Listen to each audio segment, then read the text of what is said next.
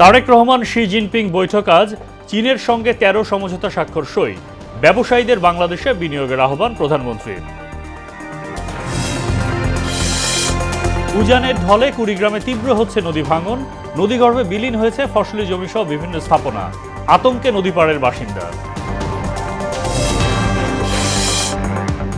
ভেনেজুয়েলায় জোড়া ভূমিকম্পে ধ্বংসস্তূপের নিচে এখনো জীবিত আটকা বহু মানুষ। উদ্ধারে আসছে না কেউ। ক্ষতিগ্রস্ত এলাকায় লুটপাট। এবং পিছিয়ে পড়েও জার্মানিকে হারিয়ে ইকুয়েডরের চমক। কুরাসাওকে হারিয়ে ইতিহাস গড়ে নকআউটে আইভরি কোস্ট।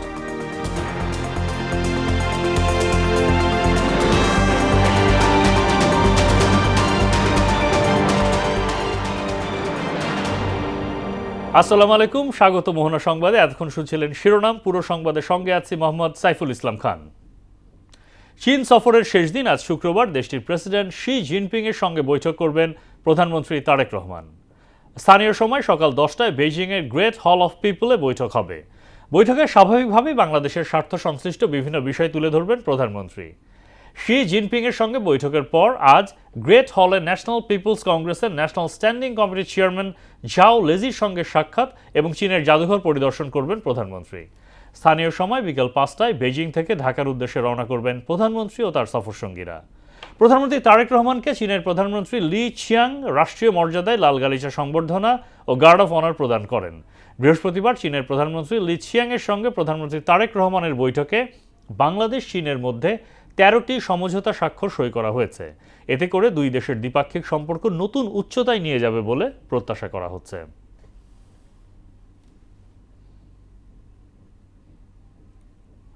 এর আগে বেইজিংয়ে বাংলাদেশ বিনিয়োগ ফোরামে দেওয়া বক্তব্যে প্রধানমন্ত্রী তারেক রহমান বলেন, চীনা ব্যবসায়ীদের জন্য সেবা সহজ করতে শিগগিরই দেশটিতে প্রথমবারের মতো বিনিয়োগ কার্যালয় চালু করা হবে।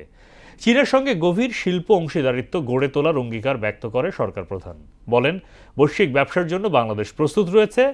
এদিকে বেইজিংয়ে এক ব্রিফিংয়ে প্রধানমন্ত্রীর উপদেষ্টা মাহাদি আমিন বলেন, তিস্তা নদী ব্যবস্থাপনা ও বন্যা ঝুঁকি মোকাবেলার বিষয়ে সহযোগিতা বাড়াতে ঐকমত্য হয়েছে ঢাকা বেইজিং। রোহিঙ্গা সমস্যা সমাধানে চীন বাংলাদেশের পাশে থেকে সহযোগিতা করবে বলে মন্তব্য করেছেন প্রধানমন্ত্রীর পররাষ্ট্র বিষয়ক উপদেষ্টা হুমায়ুন কবির। বৃহস্পতিবার সন্ধ্যায় বেইজিংয়ের রাষ্ট্রীয় অতিথি ভবন দিয়াউই তায়ে চীনের প্রধানমন্ত্রীর সঙ্গে বাংলাদেশের প্রধানমন্ত্রীর নেতৃত্বে উচ্চ পর্যায়ের বৈঠকের বিষয়বস্তু তুলে ধরতে এক সংবাদ সম্মেলনে প্রধানমন্ত্রীর পররাষ্ট্র বিষয়ক উপদেষ্টা একথা জানান। তিনি বলেন, আঞ্চলিক ব্যাপক অর্থনৈতিক অংশীদারিত্বের জন্য বাংলাদেশের আবেদনকে স্বাগত জানিয়েছেন চীনের প্রধানমন্ত্রী।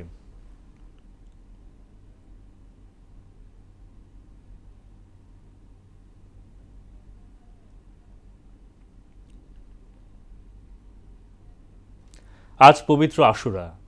ত্যাগ, শোক ও সত্যের চিরন্তন বার্তা নিয়ে ধর্মপ্রাণ মুসলমানরা রোজা, ইবাদত ও বিভিন্ন নেক আমলের মধ্য দিয়ে দিনটি পালন করছেন। কারবালার প্রান্তরে মহানবী হজরত মুহাম্মদ সাল্লাল্লাহু আলাইহি সাল্লামের দৌহিত্র হজরত ইমাম হুসাইন রাদিয়াল্লাহু আনহু এবং তার পরিবার পরিজনের শাহাদাত স্মরণে দেশ জুড়ে পালিত হচ্ছে নানা ধর্মীয় আয়োজন। রাজধানীর হোসনি দালানকে কেন্দ্র করে এরই মধ্যে জমতে শুরু করেছে শিয়া সম্প্রদায়ের মানুষের উপস্থিতি। শেষ হয়েছে তাজিয়া মিছিলের সব প্রস্তুতি।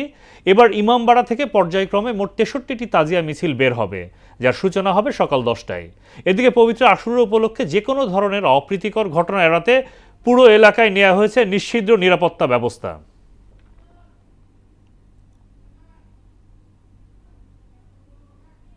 দর্শক, এ নিয়ে আরও জানাতে পুরনো ঢাকার হোসেনি দালান এলাকা থেকে যুক্ত হচ্ছেন সহকর্মী নাজমুল ইসলাম। নাজমুল, পবিত্র আশুরা ঘিরে হোসেনি দালান থেকে বের হওয়া তাজিয়া মিছিলের সবশেষ জানাবেন।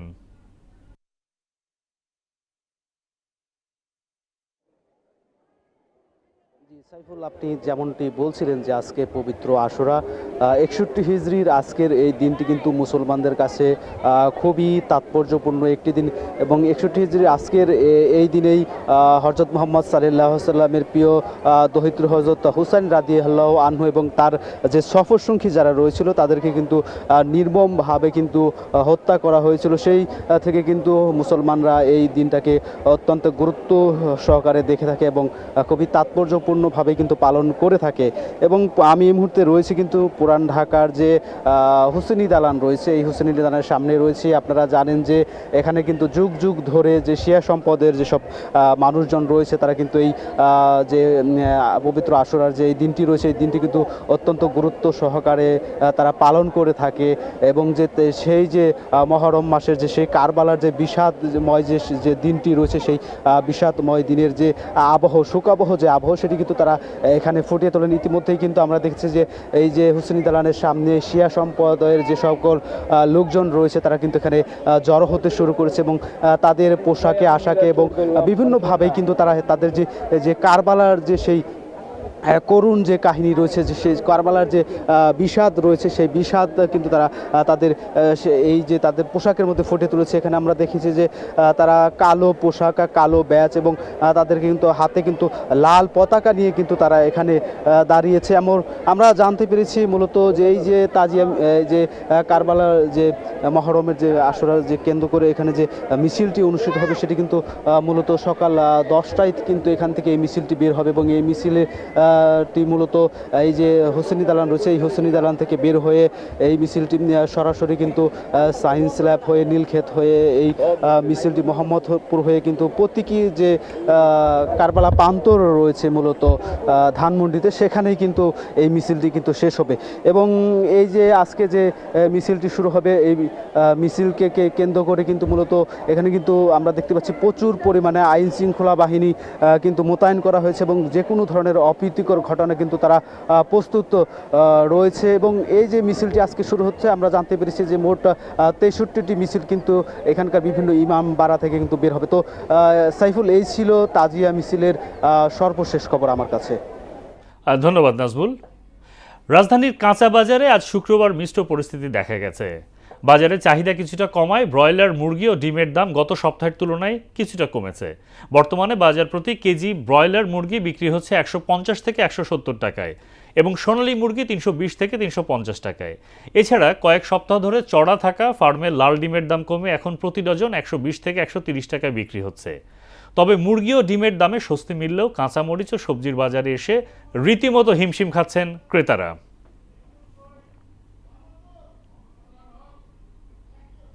দর্শক, সংবাদের এই পর্যায়ে রাজধানীর বাজার পরিস্থিতি জানাতে আমাদের সঙ্গে যুক্ত হচ্ছেন সহকর্মী মফিউর রহমান।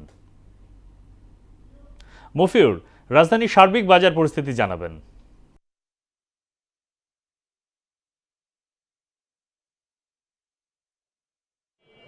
ধন্যবাদ সাইফুল। আপনি যেমনটি বলছিলেন যে কুরবানি ঈদ এবং বাজেটের পর আসলে বাজার পরিস্থিতি অনেকটাই কি বলে নিয়ন্ত্রণের বাইরে কোনো বাজার, যেমন কাঁচা বাজারে বললে যেটা আপনি বলছিলেন যে সবজি বাজারে অনেকটাই অস্বস্তি বিরাজ করছে। যদিও ওদিকে মাংসের বাজারে, মুরগি বাজারে এবং ডিমের বাজারে কিছুটা স্বস্তি থাকলেও এখানে স্বস্তি নেই বললেই চলে। বেশিরভাগ কাঁচা সবজি বিক্রি হচ্ছে গড়ে 60 থেকে 80 টাকা বা তারও বেশি দামে। কাঁচা মরিচের দামও বেড়েছে। এছাড়া এখানে একটা জিনিস বলা যায় যে চাউলের দামের বাজারে যদি বলি, চালের বাজারে এখানে চালের বিভিন্ন যে চাল রয়েছে সেগুলো আগের দামে বিক্রি হচ্ছে, তবে পোলার চাউলটা কিছুটা বেশি দামে বিক্রি হচ্ছে। এর কারণ হিসেবে আমরা যেটি জানলাম যে সেটি তারা হচ্ছে এখন এটি আগে প্রচুর পরিমাণে এক্সপোর্ট হয়, এই কারণে হচ্ছে পোলার চালের দামটি বেড়েছে। এছাড়া আরেকটি বিষয় আপনাকে জানিয়ে রাখি, এখানে কাঁচা বাজারে এসছি এখন। কাঁচা বাজারে আমরা একটু দোকানের সাথে কথা বলার চেষ্টা করব, যদি সরাসরি তার থেকে দামটা জানতে পারি। আমরা একটু সরাসরি কাঁচা বাজারের দোকানের সাথে কথা বলার চেষ্টা করছি, দেখি এই সপ্তাহে কাঁচা বাজারের দাম কি। আপনি একটু বলবেন এই সপ্তাহে কাঁচা বাজারের দরের কি অবস্থা? না, গত সপ্তাহের মতো এই নিয়ন্ত্রণে আছে, বেশি একটা বাড়ে নাই। যেমন আনসিজনে দুই এক পদ মাল এটি হয়তো কিছু একটা বাড়ছে। দামগুলো বলবেন কোনটা কত করে বিক্রি হচ্ছে? যেমন কাঁচামরিচ একটু বাড়ছে, গত সপ্তাহে এক সপ্তাহে একটু বাড়ছে। গত সপ্তাহে বেশি 100 টাকা কেজি, আর আজকে বেচা লাগতেছে 160 টাকা কেজি, আপনার 50 টাকা দাম। ধন্যবাদ। আপনি যেমনটি শুনছিলেন যে এই সপ্তাহে আসলে বিভিন্ন সবজি যেগুলো সিজন নয় সেগুলোর দাম বেড়েছে। এছাড়া কাঁচামরিচ যেটি হচ্ছে বর্ষাকালে এসে দাম একটু বাড়ে, সেটি সেরকমই বেড়েছে। এখানে আমরা সিজন ছাড়াও এমন কিছু সবজি দেখতে পাচ্ছি যেগুলোর দাম আসলে একটু বেশি থাকে এই সময়। যেমন সিজন ছাড়া আমরা দেখতে পাচ্ছি পেঁয়াজের ফুলকপি, এই সমস্ত সবজি, গাজর, এই সমস্ত সবজিগুলোর দাম এখানে একটু বেশি রয়েছে। মোহাম্মদপুর কাঁচা বাজারে এখানে আমরা ক্রেতাদের সাথেও কথা বলেছি, তারা বলেছেন যে কিছু কিছু পণ্যে তারা কিছুটা স্বস্তি পেলেও কাঁচা বাজারে এসে তারা আসলে একটু অস্বস্তিতে ভুগছেন। তো মোহাম্মদপুর কাঁচা বাজার থেকে এই ছিল আমার কাছে সর্বশেষ অবস্থা। সাইফুল। ধন্যবাদ মফিউর। টানা বৃষ্টি আর উজানের ঢলে কুড়িগ্রামের নদ নদীতে পানি বাড়ার সাথে সাথে তীব্র হয়ে উঠেছে নদী ভাঙন। এরই মধ্যে ভুরুঙ্গামারী উপজেলার উত্তরে ভারত সীমান্তবর্তী কালজানি নদীগর্ভে বিলীন হয়েছে ফসলি জমি, বসতভিটা সহ বিভিন্ন স্থাপনা। এতে ভাঙন আতঙ্কে দিন কাটছে নদীপাড়ের মানুষের। জিও ব্যাগ ফেলে পরিস্থিতি নিয়ন্ত্রণের চেষ্টার কথা জানায় পানি উন্নয়ন বোর্ড। ওমর ফারুকের তথ্যচিত্রে তাহসিন তারিনের রিপোর্ট। কুড়িগ্রামের ভুরুঙ্গামারী উপজেলায় উজান থেকে নেমে আসা পাহাড়ি ঢল ও কয়েকদিনের টানা বৃষ্টিতে কালঝানি নদীর পানি বৃদ্ধি পাওয়ায় ভাঙনের তীব্রতা বেড়েছে। একের পর এক নদীর পাড় ভেঙে নদীগর্ভে বিলীন হচ্ছে বসতভিটা, ফসলি জমি ও রাস্তাঘাট। কয়েক মাসে নদীগর্ভে বিলীন হয়েছে অর্ধশতাধিক বাড়িঘর। এই অবস্থায় ঠাঁই হারাবার শঙ্কায় নির্ঘুম রাত কাটে নদীপাড়ের মানুষের। ভাঙন ঠেকাতে জিওব্যাগ ফেললেও মিলছে না প্রতিকার। এখান থেকে বস্তা চলে যায়, আবার নদী ভাঙে, ঘর বাড়ি ভেঙে না যাওয়ার মতো বুদ্ধি নাই। কোনো জায়গা জমি আমরা বাড়ি ঘর ভেঙে গেছে, আমরা মাসির বাড়িতে রয়েছি, যাওয়ার মতন কোনো জায়গা নাই। কি একবারই ভেঙে পড়ে গেছে, এখন আর অন্য বাড়ি ভেঙে মাসের জমি থইছে, এখন কোনে থাকবো কোনে কি করবো কোহারি নেই। আমাদের খুব ক্ষতিগ্রস্ত হইতেছে, থাকার মতন জায়গা নাই। মানুষের কাছে যদি জমি চায়, মানুষে বলে না। বউ ফুলাহান নিয়ে বাল বাচ্চা নিয়ে থাকতে পারি না, কোন সময় ভাঙ্গা পড়ে রাইতে। ভাঙন কবলিত এলাকা পরিদর্শন করে প্রতিরোধে দ্রুত ব্যবস্থা নেওয়ার আশ্বাস দিয়েছে পানি উন্নয়ন বোর্ড। 3 কিলোমিটার ভাঙন রোধের জন্য আমরা স্যান্ড সিমেন্ট জিওব্যাগ দিয়ে একটি প্রকল্পের প্রক্রিয়াধীন আছে। এই প্রকল্পটি অনুমোদন হলে, এটি 50 কোটির মধ্যে আমরা তৈরি করছি। এই প্রকল্পটি অনুমোদন হলে এখানে স্থায়ীভাবে ভাঙন রোধে স্থায়ী বাঁধ নির্মাণে সরকারের হস্তক্ষেপ কামনা করছেন কুড়িগ্রামের মানুষ। তাহসিন তারিন, মোহনা সংবাদ। এবার আন্তর্জাতিক প্রসঙ্গ। ভয়াবহ জোড়া ভূমিকম্পে বিধ্বস্ত ভেনেজুয়েলার উপকূলীয় অঞ্চলগুলোতে চরম বিশৃঙ্খলা ও লুটপাটের ঘটনা ঘটেছে। ভূমিকম্পে এখন পর্যন্ত নিহতের সংখ্যা 235 জনে দাঁড়িয়েছে। ভেনেজুয়েলার কাতিয়ালামার শহরে জোড়া শক্তিশালী ভূমিকম্প আঘাত হানার পর পরিস্থিতি চরম আকার ধারণ করেছে। ধসে পড়া ঘরবাড়ি ও বহুতল ভবনের নিচে এখনও বহু মানুষ আটকা পড়ে আছেন। ভয়াবহ বিপর্যয়ের পর শহরটিতে বিদ্যুৎ বিচ্ছিন্ন হয়ে পড়েছে এবং উদ্ধার তৎপরতা অত্যন্ত ধীর গতিতে চলায় বেঁচে থাকা স্বজনদের মধ্যে তীব্র ক্ষোভ ও হতাশা দেখা দিয়েছে। এদিকে বুধবারের প্রলয়ঙ্কারী ভূমিকম্পের রেশ কাটতে না কাটতেই বৃহস্পতিবার লা গুয়াইরা অঞ্চলের একটি বড় সুপারমার্কেটে প্রকাশ্যে মালামাল লুটের দৃশ্য দেখা গেছে। এবার সারা দেশে অনুষ্ঠিত সভা সমাবেশ নিয়ে প্রতিনিধিদের পাঠানো তথ্যচিত্রে ডেস্ক রিপোর্ট। কক্সবাজারের মহেশখালীতে শিক্ষার্থীদের মাঝে শিক্ষা ও খেলাধুলা সামগ্রী বিতরণ এবং অসহায় মানুষের মাঝে বিনামূল্যে চিকিৎসা সেবা প্রদান করেছে কোস্টগার্ড। ব্রাহ্মণবাড়িয়ার কসবায় 2026-27 অর্থ বছরে কৃষি পুনর্বাসন কর্মসূচির আওতায় কৃষক কৃষানীদের মাঝে বীজ, সার ও অন্যান্য কৃষি উপকরণ বিতরণ করা হয়েছে। কৃষি প্রণোদনা কর্মসূচির আওতায় রোপা আমন ধানের আবাদ ও উৎপাদন বৃদ্ধির লক্ষ্যে ঝিনাইদহের বিভিন্ন গ্রামের 5000 ক্ষুদ্র ও প্রান্তিক কৃষকদের মাঝে বীজ ও সার বিতরণ করা হয়েছে। মেহেরপুরের গাংনীতে উপজেলা কৃষি সম্প্রসারণ অধিদপ্তরের আয়োজনে পার্টনার ফিল্ড স্কুল কংগ্রেস অনুষ্ঠিত হয়েছে। টাঙ্গাইলের ভুয়াপুরে ফলজ, বনজ ও ঔষধি গাছের চারা বিতরণ করেন উপজেলা নির্বাহী অফিসার মাহবুব হাসান। ফরিদপুরের তেঁতুলতলা এলাকায় বিএডিসির পাট ফসলের মাঠ দিবস ও বীজ ডিলার কর্মশালা অনুষ্ঠিত হয়েছে। পাবনা সাথিয়ায় স্কুল ছাত্রীকে ধর্ষণের প্রতিবাদ ও ধর্ষক আতোয়ারের ফাঁসির দাবিতে মানববন্ধন করেছে এলাকাবাসী। করব মোরা ফল চাষ, সংরক্ষণ করব 12 মাসে প্রতিপাদ্যে খুলনা কৃষি সম্প্রসারণ অধিদপ্তরের আয়োজনে 3 দিনব্যাপী ফল মেলার উদ্বোধন করেন অতিরিক্ত জেলা প্রশাসক নুরুল হাই মোহাম্মদ আনাস। 28 জুন জাতীয় ভিটামিন A+ ক্যাম্পেইন উপলক্ষে রাঙামাটি জেলা সিভিল সার্জন কার্যালয়ে সংবাদ সম্মেলন হয়েছে। জামালপুরে মেলান্দহে অটোরিকশা চালক নায়েব আলী হত্যা মামলার দ্রুত বিচার দাবিতে মানববন্ধন করেছে এলাকাবাসী। করব মোরা ফল চাষ, সংরক্ষণ করব 12 মাস এই প্রতিপাদ্যে পঞ্চগড় কৃষি সম্প্রসারণ অধিদপ্তর ও সদর উপজেলা কৃষি অফিসার উদ্যোগে 3 দিনব্যাপী জাতীয় ফল মেলার উদ্বোধন করা হয়েছে। পরিবেশের ভারসাম্য রক্ষা ও জলবায়ু পরিবর্তন মোকাবেলায় জয়পুরহাটের পাঁচবিবির কুসুমবায় খালপাড়ে বৃক্ষরোপণের উদ্বোধন করেন উপজেলা নির্বাহী অফিসার কাশপিয়া তাসরিন। ঘন ঘন লোডশেডিং ও অতিরিক্ত বিলের প্রতিবাদে গাজীপুরের কালিয়াকৈরে পল্লী বিদ্যুৎ অফিস ঘেরাও করে বিক্ষোভ করেছে এলাকাবাসী।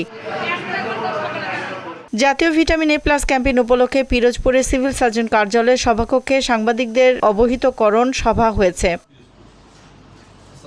জাতীয় ভিটামিন এ প্লাস ক্যাম্পেইন উপলক্ষে শরীয়তপুরের সংবাদ সম্মেলন ও অ্যাডভোকেসি সভা হয়েছে জেলার সিভিল সার্জন কার্যালয়ে। ঝিনাইদহে ৬ লেন সড়ক নির্মাণে অধিগ্রহণকৃত জমির ন্যায্য মূল্যের দাবিতে মানববন্ধন করেছে বিষয়খালী এলাকার ভুক্তভোগীরা। বগুড়ার সোনাতলায় মধুপুর ইউনিয়নের উত্তর কালাইহাটা হাফিজিয়া মাদ্রাসা কমিটির উদ্যোগে মতবিনিময় সভা হয়েছে। ডলি বিনতে মনোয়ারা, মোহনা সংবাদ। পিরোজপুরের বোম্বাই মরিচ এখন দেশীয় গণ্ডি পেরিয়ে চীন, জাপান এবং থাইল্যান্ডে রপ্তানি হচ্ছে। তীব্র ঝাল ও চমৎকার ঘ্রাণের জন্য আন্তর্জাতিক বাজারে ঘৃতকুমারী মরিচের চাহিদা বেড়েছে। আর এই মরিচ চাষ করে স্বাবলম্বী হয়েছেন জেলার নেসারাবাদ ও নাজিরপুর উপজেলার কয়েক হাজার পরিবার। মরিচ রপ্তানি করে বৈদেশিক মুদ্রা আয় করেছেন ব্যবসায়ীরা। নুরুদ্দিনের প্রতিবেদন, জানাচ্ছেন মাহমুদা আক্তার। এক সময় ঘরের চাহিদা মেটাতে যে বোম্বাই মরিচ গাছ বাড়ির আঙিনা লাগানো হতো, সেই মরিচের এখন বাণিজ্যিকভাবে চাষ হচ্ছে পিরোজপুরে। জেলার নেছারাবাদ উপজেলার আটঘর, কুরিয়ানা, মাহমুদকাঠি, কামারকাঠি সহ বিভিন্ন এলাকায় চাষ হচ্ছে এই মরিচের। সুঘ্রাণ আর তীব্র ঝালের কারণে বাজারে এর চাহিদাও বেশি। বিভিন্ন জেলায় বিক্রির পাশাপাশি চীন, জাপান ও থাইল্যান্ডের মতো দেশে রপ্তানি হচ্ছে এই জেলার মরিচ। লাভজনক ফসল হওয়ায় এই মরিচ চাষে দিন দিন আগ্রহ বাড়ছে কৃষকদের। 30% জায়গায় প্রায় প্রতি পাড়ায় 10,000 20,000 মরিচ হয়। ইনশাল্লাহ এবছর ফসল ভালো আছে। চাষ করতে কোনো খরচ কম, হ্যাঁ, এটা দেশ বিদেশে চলে যায়, প্রতি বাড়ি বাড়ি এটা চাষ হয়। বিভিন্ন এলাকা থেকে মরিচ সংগ্রহ করে ঢাকা বিভিন্ন মোকামে আর কি সেল দিই, যেমন কারণ বাজার, যাত্রাবাড়ি। আমরা ঢাকায় পাঠাই, চট্টগ্রামে এবং আপনার কুমিল্লা, নিমসার, এখানে আমরা বাজারজাত করি। সারা পৃথিবীতে বিভিন্ন রাষ্ট্রের রপ্তানি হয় এবং বিভিন্ন কোম্পানির মাধ্যমে এটা যায়। উৎপাদন আরও বৃদ্ধি পেলে বিদেশের সাথে কৃষকদের সংযোগ তৈরির প্রচেষ্টা চালানো হবে বলে জানিয়েছে কৃষি বিভাগ।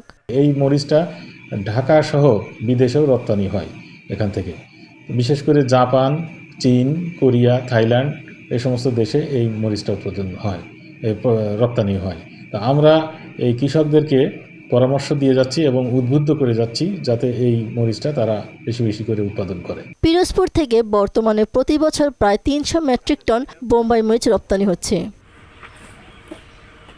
মাহমুদা আক্তার, মোহনা সংবাদ। 100 দিনেই যেন বদলে গেছে রাজশাহী সিটি কর্পোরেশনের পরিচিত দৃশ্যপট। প্রশাসক হিসাবে মাহফুজুর রহমান রিটনের দায়িত্ব গ্রহণের পর থেকেই পাল্টাতে শুরু করে রাজশাহীর নাগরিক সেবার চিত্র। তিনি শুধু অফিস কক্ষে ফাইল স্বাক্ষরে সীমাবদ্ধ থাকেননি, বরং রোদ বৃষ্টি উপেক্ষা করে ছুটে গেছেন নগরীর অলিগলি, সড়ক ও নাগরিক সেবার কেন্দ্রবিন্দুতে। নাগরিক সেবা শতভাগ নিশ্চিতে তার নিরলস প্রচেষ্টা নগরবাসীর মনে এনে দিয়েছে স্বস্তি, আস্থা ও নতুন প্রত্যাশা। মেহেদী হাসান শ্যামলের তথ্য ও চিত্রে জানাচ্ছেন ডলি বিনতে মনোয়ারা। 24-এর রাজনৈতিক প্রেক্ষাপট পরিবর্তনের পর দীর্ঘ প্রায় 2.5 বছর বিভিন্ন দুর্ভোগে সুবিধাবঞ্চিত ছিল রাজশাহী নগরবাসী।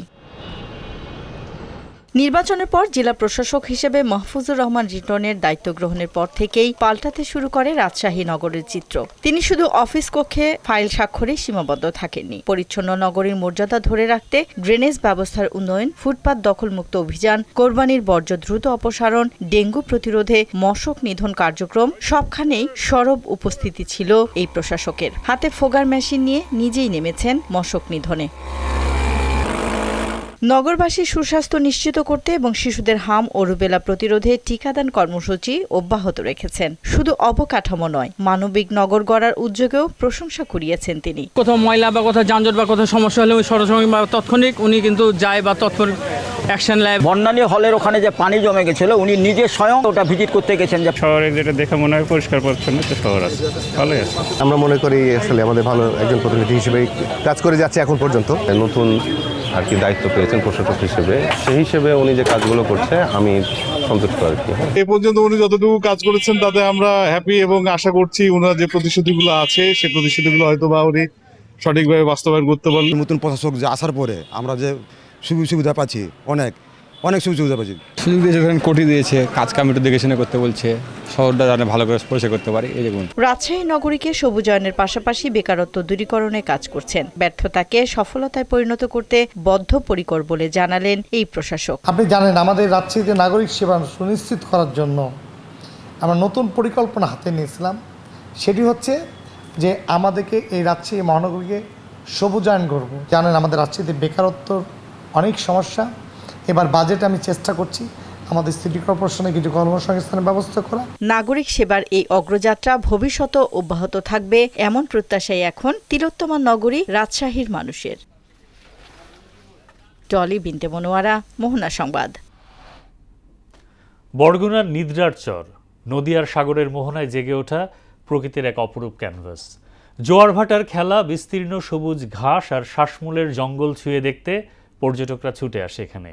নানা প্রতিকূলতাকে তুচ্ছ করে প্রতিনিয়ত হাজারো দর্শনার্থী উপভোগ করেন চরের অপরূপ সৌন্দর্য। সরকারি পৃষ্ঠপোষকতা পেলে এটি দক্ষিণাঞ্চলের অন্যতম প্রধান পর্যটন করিডর হয়ে উঠতে পারে বলে মনে করেন সংশ্লিষ্টরা। গোলাম হায়দার স্বপনের প্রতিবেদন, জানাচ্ছেন মিশাল বিনতে আনোয়ার।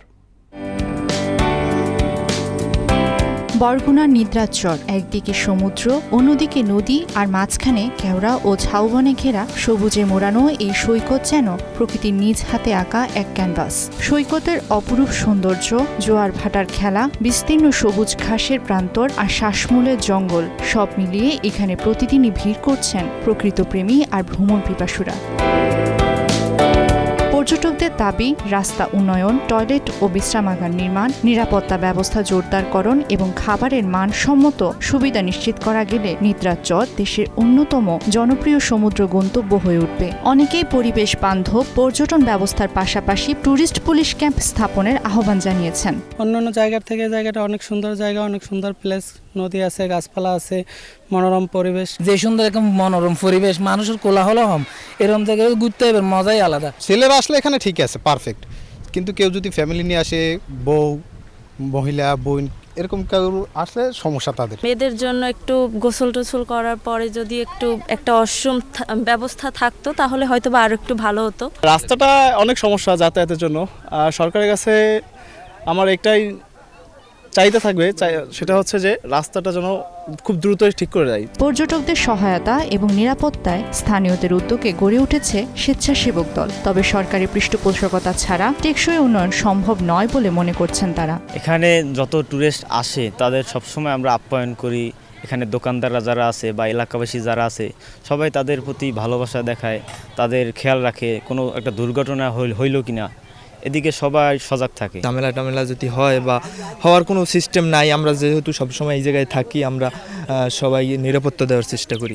নিদ্রাচরের কাছেই রয়েছে শুভ সন্ধ্যা সমুদ্র সৈকত, ট্যাংরাগিরি ম্যানগ্রোভ বন, ফাতরাচর আর সোনাকাটা ইকো পার্ক। সব মিলিয়ে এই অঞ্চল হয়ে উঠতে পারে দক্ষিণাঞ্চলের অন্যতম পর্যটন করিডর। জেলা প্রশাসন বলছে সৈকতের সৌন্দর্য পর্যটকদের কাছে আরো আকর্ষণীয় করতে নেওয়া হয়েছে নানা প্রকল্প। সৈকতের যে সৌন্দর্য সেটাকে পর্যটকদের জন্য আরও আকর্ষণীয় করার জন্য বা পর্যটন কেন্দ্রগুলোকে প্রমোট করার জন্য জেলা প্রশাসন এবং সংশ্লিষ্ট অন্যান্য দপ্তরগুলো ছোট বড় কতিপয় প্রকল্প গ্রহণ করেছে। 2 কিলোমিটার আয়তনের নিদ্রাচরের নির্মলতা, নীরবতা ও অস্পর্শ পরিবেশ প্রকৃতি প্রেমীদের কাছে শুধু একটি গন্তব্য নয়, বরং প্রকৃতির কাছে ফিরে যাওয়া এক নিরাপদ আশ্রয়। মিশাল বিনতে আনোয়ার, মোহনা সংবাদ। দর্শক, এ পর্যায়ে জানিয়ে দিচ্ছি আজকের সংবাদপত্রের গুরুত্বপূর্ণ শিরোনাম।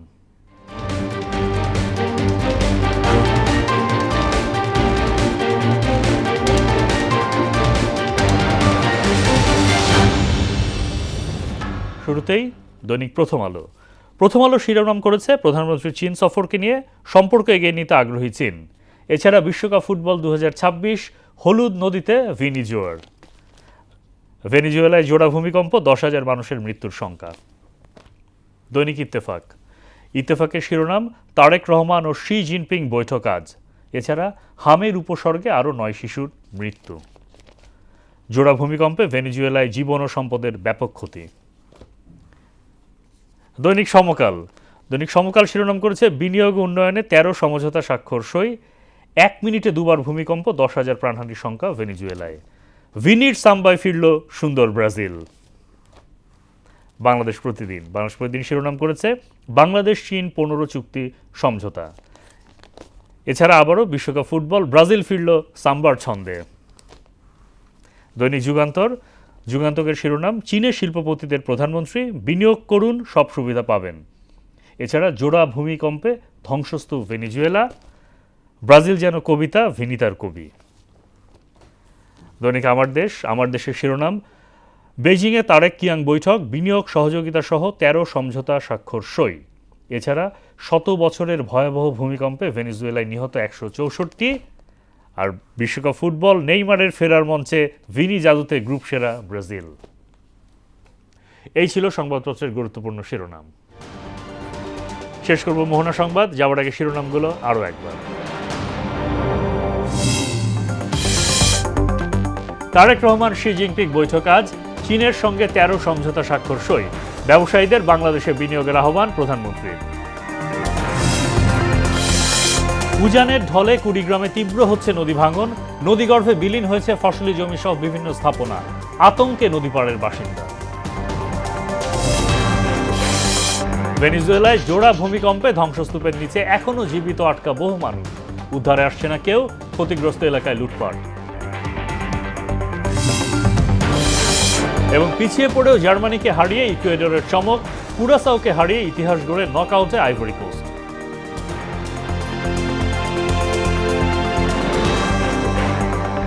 এই ছিল মোহনা সংবাদে। পরবর্তী সংবাদ দুপুর 1টায়। এর আগে বেলা 11টায় দেখুন সংবাদ এক নজরে। মোহনার সবশেষ খবর জানতে ভিজিট করুন www.mohana.tv। সংবাদ দেখতে পারবেন ফেসবুক, ইউটিউবেও। এতক্ষণ সঙ্গে থাকার জন্য ধন্যবাদ।